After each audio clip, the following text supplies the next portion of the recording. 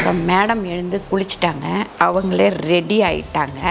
கீழே வந்து என்னது தயிர் சாதம், மேலே வந்து குஷ்கா, அதுக்கு மேலே வந்து பன்னீர் ஃப்ரை, அதில் தயிர் பச்சடி. சூப்பரான ஒரு லஞ்ச் பாக்ஸ்.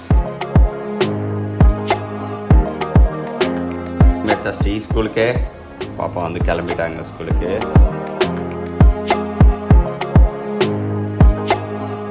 சமையல் மணக்க ருசிக்க அம்மா சமையல் மசாலா ஐட்டம்ஸ், ஊறுகாய் ஐட்டம்ஸ் நம்மக்கிட்ட கிடைக்குது. நீங்கள் கீழே வந்து நம்பர் கொடுக்குறேன், நம்பரில் காண்டாக்ட் பண்ணுங்கள். வணக்கம், நான் உங்கள் அம்மா சமையல் மீனாட்சி. இன்றைக்கி காலையிலேயே எழுந்திரிச்சு நான் வந்து சமைக்க ஆரம்பிச்சிட்டேன். ஏன் அப்படின்னு பார்த்திங்கன்னா, பாப்பா வந்து 2 நாள் இங்கே வந்து இருந்தா, இங்கேருந்து இன்றைக்கி வந்து ஸ்கூல் போகிறா. அதனால் அவளுக்கு வந்து லஞ்சும் டிஃபனும் பண்ணணும். அதனால் ரொம்ப காலையிலேயே சமைக்க ஆரம்பிச்சிட்டேன். ரொம்ப நாளைக்கு அப்புறம் பார்த்திங்கன்னா காலையில் எழுந்திரிச்சு சமைக்கிற வேலை. இல்லைனா காலையில் எழுந்திரிச்சு வாசல் தொளிச்சிட்டு கடையில் போய் உட்காந்துருவேன். கொஞ்ச நேரம் கடையில் உட்காந்துட்டு அதுக்கப்புறம் வந்து மற்ற வேலைகளை பார்க்க ஆரம்பிப்பேன். இன்றைக்கி பழையபடி எனக்கு பழைய ஞாபகங்கள் வந்துடுச்சு. அதாவது ரமேஷுக்கு சத்யாக்கெலாம் வந்து சமைச்சி கடகடன்னு கட்டிட்டு அடுத்து வேலைக்கு ஓடுறது, அந்த ஞாபகம் வந்துடுச்சு. இன்றைக்கி வந்து பாப்பா வந்து என்ன கேட்டா அப்படின்னு பார்த்திங்கன்னா, பன்னீர் வந்து கேட்டா, பன்னீர் ரைஸ் கேட்டா. அவளுக்கு பன்னீர் பொரித்து வச்சுட்டு குஸ்கா பண்ணி கொடுக்கலாம் அப்படின்னு சொல்லிட்டு, அவளுக்கு வந்து குஸ்கா வந்து ரொம்ப பிடிக்கும். நான் ஒரே ஒரு அழகு பண்ண போகிறேன். அதனால் ஒரு பாதி வெங்காயம் எடுத்தால் போதும். நமக்கெல்லாம் கிடையாது, பாப்பாவுக்கு மட்டும். ஆமாம், பாப்பாவுக்கு மட்டும். நமக்கு வந்து அப்புறமா சமைச்சிக்கலாம். ஆமாம், அவளுக்கு வந்து காலையில் பிரேக்ஃபாஸ்ட் என்னன்னு பார்த்திங்கன்னா, இது கஞ்சி, அதுதான் குடிப்பா. ஒரே ஒரு பச்சை மிளகா பாருங்கள், 1 ஸ்பூன் அளவுக்கு நெய் போட்டுக்கலாம். அதுக்கப்புறம் ஒரு 2 ஸ்பூன் எண்ணெய். இதில் வந்து பாப்பாவுக்கு பட்டை லவங்கம் அதெல்லாம் பிடிக்காது, அதனால் பிரியாணி மசாலா சேர்த்துக்கலாம். இதில் நான் எதுவுமே போடல. இப்போ குழந்தைங்களுக்கு சமைக்கும் போது அவங்களுக்கு ஏற்ற மாதிரி நம்ம சமைச்சு கொடுத்தோம் அப்படின்னா நல்லா சாப்பிட்ருவாங்க. அவங்க அதெல்லாம் எடுத்து வச்சுட்டு சாப்பிட ரொம்ப யோசிப்பாங்க. அதனால் நம்ம இந்த மாதிரி பண்ணிக்கலாம். இப்போ பச்சை மிளகாய் ஒன்று போட்டிருக்கேன் பாருங்கள். பச்சை மிளகாய் போட்டதுக்கப்புறம் இந்த அரை வெங்காயத்தை போட்டுக்கலாம். இது வந்து பார்த்திங்கன்னா தயிர் பச்சடிக்கு பாருங்கள். இந்த வெங்காயம் வந்து நல்லா வதங்கிடுச்சு. இப்போ இதில் ஒரு 2-3 தழை வந்து புதினா எல்லாம் சேர்த்துருக்கேன் பாருங்கள். தக்காளி வந்து 2 தக்காளி சேர்த்துக்கிறேன் பாருங்கள். இது வந்து ஹெல்த் மிக்ஸு. இது வந்து நான் ரெடி பண்ணிகிட்ருக்கிறேன். காலையில் இதை குடிச்சிட்டு போகும்போது பசங்களுக்கு வந்து கொஞ்சம் நல்லாவே தெம்பு இருக்கும். ஏன்னு கேட்டிங்கன்னா, சாப்பிட வைக்கிறது ரொம்ப கஷ்டம். இதுனா டக்குன்னு குடிச்சிட்டு கிளம்பிடுவாங்க. பாப்பா எப்போவுமே ஹெல்த் மிக்ஸ் தான் காலையில் குடிச்சிட்டு போவாள்.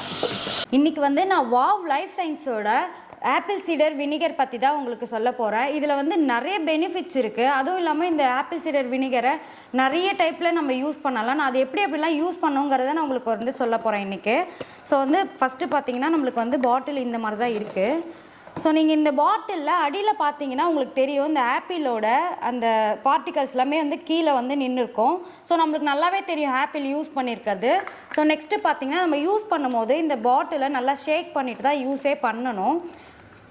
ஸோ நான் வந்து இதை எந்தெந்த டைப்பில் நம்ம யூஸ் பண்ணால் நம்மளுக்கு வந்து எவ்வளோ பெனிஃபிட்ஸ் இருக்குது அப்படிங்கிறதெல்லாம் நான் உங்களுக்கு ஒன்று ஒன்றா சொல்கிறேன்.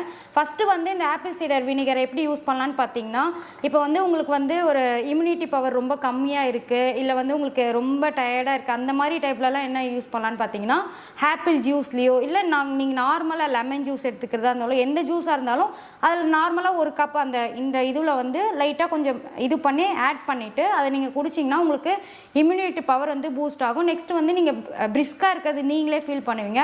அது இல்லை, ஓகே எனக்கு வந்து வேறு ஜூஸில் வேண்டாம், நெக்ஸ்ட் நீங்கள் வேறு டைப்பில் நீங்கள் யூஸ் பண்ணணும் அப்படின்னா, சேலட்ஸ், ஃப்ரூட் சேலட்டாக இருக்கட்டும், வெஜிடபிள் சேலட்ஸாக இருக்கட்டும், நீங்கள் எடுத்துக்கும் போது அதில் வந்து இந்த கப்பில் வந்து நீங்கள் அதை மிக்ஸ் பண்ணிவிட்டு நீங்கள் அதுக்கு சாப்பிட்டீங்க அப்படின்னா உங்களுக்கு வந்து இம்யூனிட்டி பவர் வந்து இன்க்ரீஸ் ஆகும்.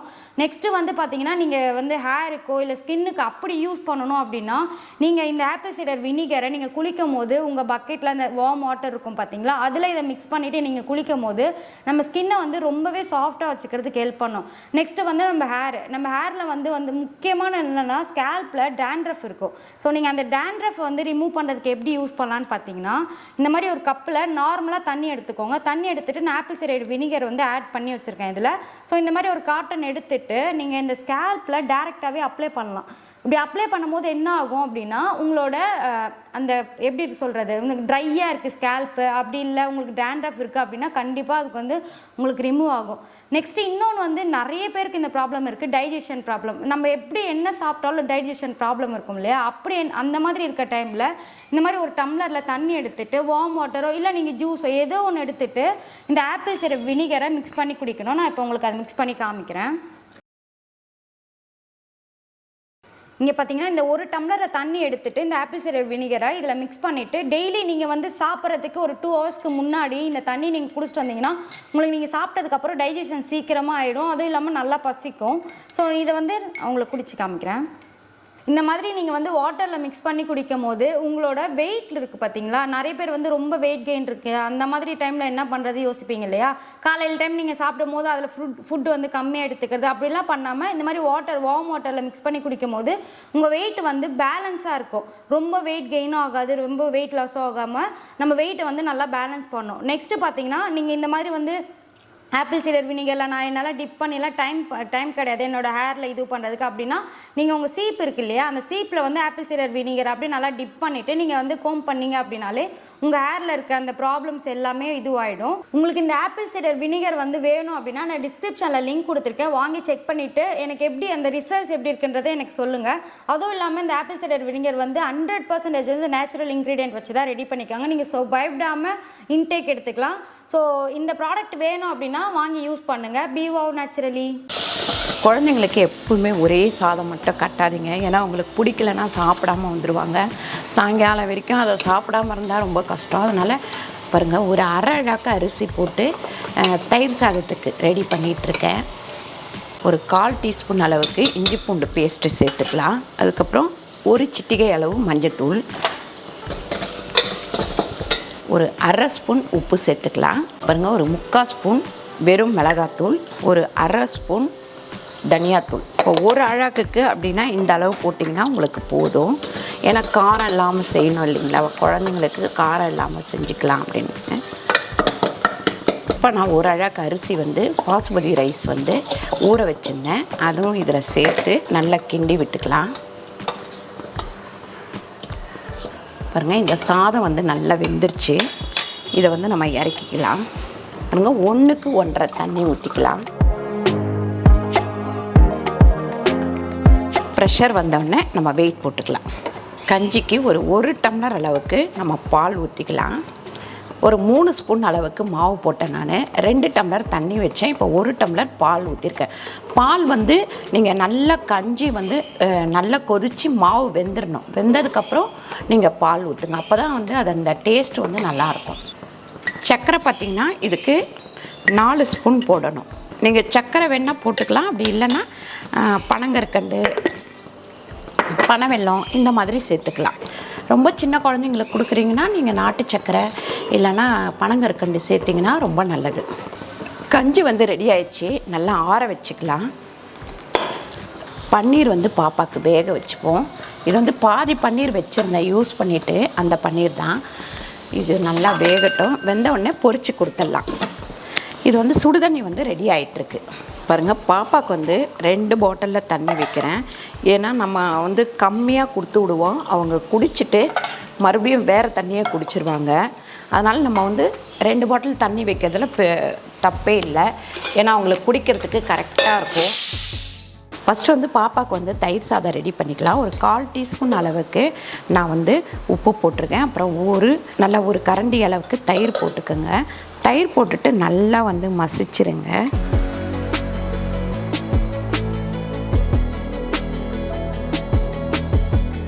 அதுக்கப்புறம் ஒரு 2 ஸ்பூன் அளவுக்கு தயிர் போட்டுட்டு நல்லா இந்த மாதிரி கிண்டிடுங்க. இந்த அளவுக்கு கொஞ்சம் தண்ணியாக கொடுத்தீங்கன்னா தான் மத்தியானத்துங்காட்டியும் இது கட்டி ஆகிடும். அப்போ அவங்களுக்கு சாப்பிட்றதுக்கு வந்து சௌகரியமாக இருக்கும். ரொம்ப திக்காக கலர்னிங்கன்னா சாப்பிட்றது வந்து கஷ்டமாக இருக்கும். ஏன்னா இதுக்கு மேலே சாப்பிட மாட்டாங்க, அதனால் கொஞ்சமாக போட்டுக்கலாம். இது மேலே வந்து நம்ம குஸ்கா வச்சுக்கலாம், இதில் வந்து பன்னீர் வச்சுக்கலாம். தயிர் பச்சடி பண்ணிக்கலாம். ஒரு சிட்டிகை அளவு உப்பு சேர்த்துருக்கேன் இதில். நல்லா ஒரு 2 கரண்டி அளவுக்கு தயிர் போட்டுட்டு நல்லா வந்து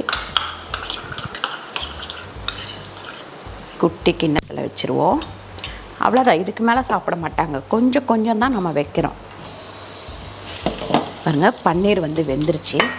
இந்த மாதிரி நீங்கள் வேக வச்சுட்டு அதுக்கப்புறமா பொரித்தோம் அப்படின்னா நல்லா வந்து உங்களுக்கு சாஃப்டாக இருக்கும். குழந்தைங்களுக்கு சாப்பிட்றதுக்கும் ஈஸியாக இருக்கும். இதில் எடுத்து வச்சுக்கலாம். பாருங்கள், ஒரு 3/4 ஸ்பூன் அளவுக்கு சிக்கன் 65 மசாலா சேர்த்துக்கலாம். அது சேர்த்துட்டு இது பாருங்கள், கொஞ்சமாக இதில் மைதா சேர்த்துக்கலாம். நாங்கள் ஸ்கூலுக்கு போகும்போது சாம்பார் சாதம் டக்கு டக்குன்னு கட்டி அனுப்பி விட்ருவாங்க. இப்போ பாப்பாவுக்கு மட்டும் நிறைய பண்ணுறேன். கிட்ஸ்க்கு வந்து 2-3 ஐட்டம்ஸ் கொடுத்தா தான். ஆமாம், ஏன்னா இப்போ வந்து அவங்க என்ன பண்ணுறாங்கன்னு பார்த்திங்கன்னா, எனக்கு இது வேணும் அது வேணும்னு கேட்குறாங்க. ரெண்டாவது, நம்மளும் வேலைக்கு போகிற அவசரத்தில் ஏதோ ஒன்று பண்ணி முடிச்சிடுறோம். குழந்தைங்க வந்து பாதி நேரம் சாப்பிடாம வெறும் டிஃபன் பாக்ஸை அப்படியே சாப்பாட்டோட டிஃபன் பாக்ஸை எடுத்துகிட்டு வருவாங்க. அதனால் கொஞ்சம் நம்ம அவங்களுக்கு பிடிச்ச மாதிரி பண்ணுறது தப்பே கிடையாது. குழந்தைங்க சரி, உங்களுக்கு சமைச்சு கொடுத்து அனுப்பும்போது நீங்கள் சாப்பிடுவீங்களா? நாங்கள் சாப்பிட மாட்டோம், ஃப்ரெண்ட்ஸ் எல்லாம் சாப்பிட்ருவாங்க. அம்மாவுடைய ஃபுட்டு நல்லா இருக்கிறதுனால ஏதாவது அது மண்டேனா எப்படியும் சண்டே வந்து மீறும் நான்வெஜ்ஜு, அதை சூடு பண்ணி கொடுத்துருவாங்க. அதுக்கே டிமாண்டு போகும் ஸ்கூல் காலேஜிலலாம். இப்போ இதில் ஒரு பீஸாக போட்டுக்கலாம். தினூண்டு எண்ணெய் ஊற்றினா போதும். ஏன்னா நம்ம நிறைய எண்ணெய் ஊற்றி வேஸ்ட் பண்ண வேணாம். இப்படி கொஞ்சமாக எண்ணெய் ஊற்றிட்டு அதை அப்படியே பொரித்து எடுத்து நம்ம பாக்ஸில் வச்சிடலாம். பாருங்கள், இந்த அளவுக்கு செவந்தால் போதும். ரொம்ப நேரம் வந்து வைக்காதீங்க, அப்புறம் ஹார்ட் ஆகிடும். மீதி இருக்கிறதையும் பொரித்து எடுத்துக்கலாம்.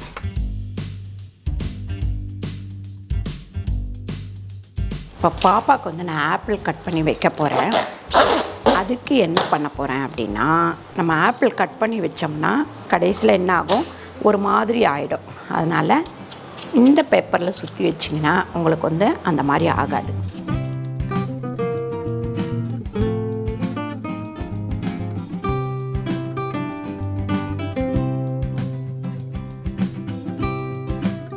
உங்களுக்கு மத்தியானம் பசங்க பிரிக்கும் போதும் இது வந்து நல்லா ஃப்ரெஷ்ஷாகவே இருக்கும். இந்த மாதிரி பேக் பண்ணி கொடுத்துருங்க.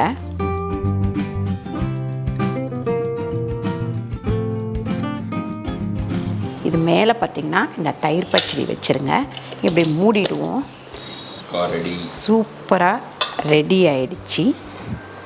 மேடத்துக்கு இந்த ரைஸ்லாம் ரொம்ப பிடிக்கும். உனக்கும் கொஞ்சம் வச்சுருக்கேன், சாப்பிட்டுக்கோ. சரியா? நான் எனக்கும் பேக் பண்ணுறேங்க. எங்கே பேக் பண்ணா? சும்மா பேக் பண்ணுங்க, ஒரு நாள் ஸ்கூல் போயிட்டு வரோம். சரி சரி. அப்புறம் டீச்சர் விஷயம்டா எறும்பு மாடு மாதிரி வளர்ந்துருக்கேன், எங்கடா பேக் பண்ணி பேக் எடுத்து ஸ்கூல் அப்படின்னு சொல்லிட்டு. ஸோ கீழே வந்து என்னது தயிர் சாதம், மேலே வந்து குஷ்கா, அதுக்கு மேலே வந்து பன்னீர் ஃப்ரை, அதில் தயிர் பச்சடி அண்ட் வந்து இது சூப்பரான ஒரு லஞ்ச் பாக்ஸ் ரெடி ஆயிடுச்சு.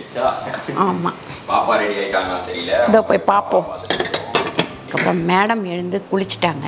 குளிச்சுட்டு அவங்களே ரெடி ஆகிட்டாங்க. பீச்சுக்கு போகிறதா ஹாப்பியாக இருந்துருப்பாங்க. ஆமாம், ஸ்கூல் போகிறாங்கல்ல, அதனால் டல்லாக இருக்கிறாங்க. ஐயோ, காலையில் வேற எழுப்பி விட்டானுங்க.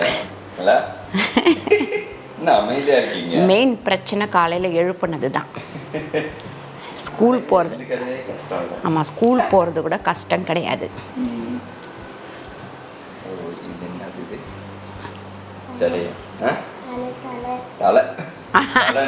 தலையை கேட்கல, உன்ன தலையை யார் கேட்டா? இங்கேருந்து வேற சீக்கிரமா கிளம்பணும். 8:30 கிளம்ப ஸ்கூலு. ஒரே கொடுமை இல்லை. பாப்பாவுக்கு லஞ்ச் பாக்ஸ் ரெடி ஆயிடுச்சு. 2 வாட்டர் பாட்டில், ஒரு ஸ்நாக்ஸு, அது வந்து ஃப்ரூட்ஸ் தான் கொண்டு போகணும். இந்த ஸ்பூனை வந்து இந்த டவலில் மடித்து வச்சிடலாம். அதுக்கப்புறம் பேக், அவ்வளோதான், ரெடி.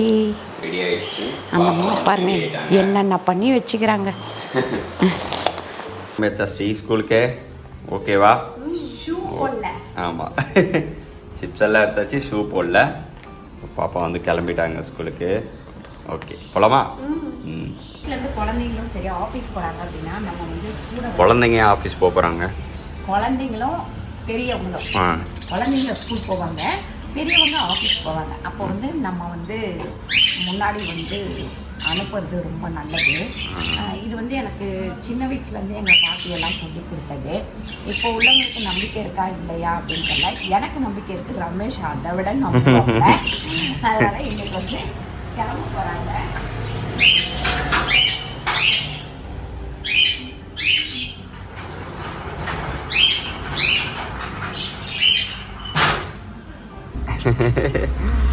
பாய் சொல்லிட்டீங்களா பாக்கே? ஓகே பாய் பாய். இந்த வீடியோ இதோட முடியுது. இந்த வீடியோ உங்களுக்கு பிடிச்சிருந்தா லைக் பண்ணுங்க, ஷேர் பண்ணுங்க, சப்ஸ்கிரைப் பண்ணுங்க, ஃபேஸ்புக்கில் ஷேர் பண்ணுங்க, மறக்காம கமெண்ட் பண்ணுங்க. நன்றி, வணக்கம். பாய்.